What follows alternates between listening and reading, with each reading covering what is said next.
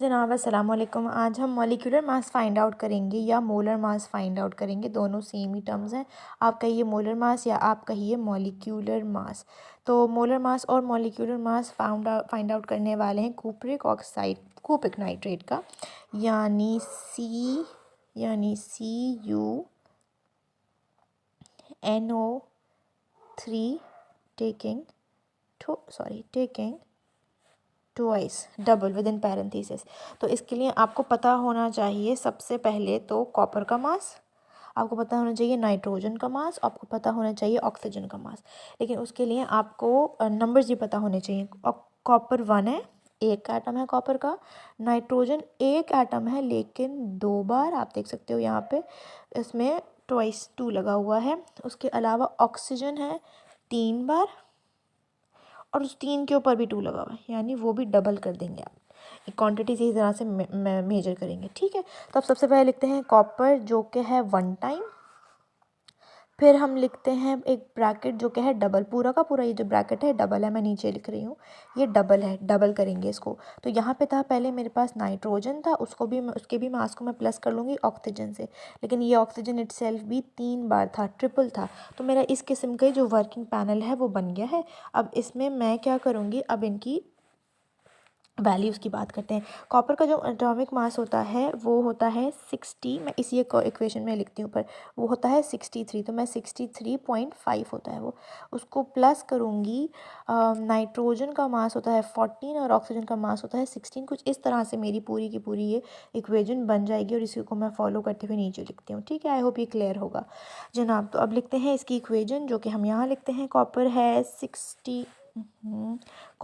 63.5 plus, नीचे लिखती हूँ 2, नाइट्रोजन है 14, फिर ऑक्सीजन है 3 बार और उसका ऑक्सीजन का जो मास होता है वो होता है 16।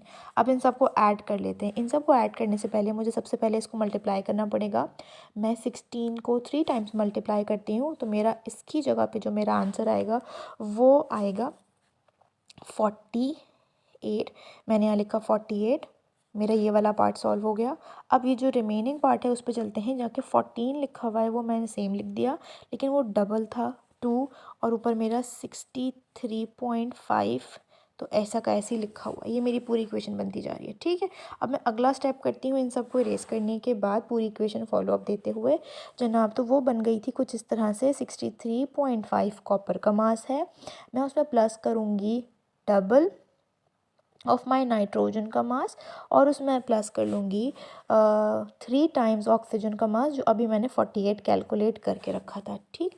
अब मैं इन दोनों को प्लस करती हूँ। सबसे पहले तो इन दोनों को प्लस करते हुए मैं लिखती हूँ अब ये कि 63.5 प्लस 2, और अब इन दोनों को जो प्लस करके मेरे पास आंसर आता है वो क्या आता है, वो आता है 262, ठीक है।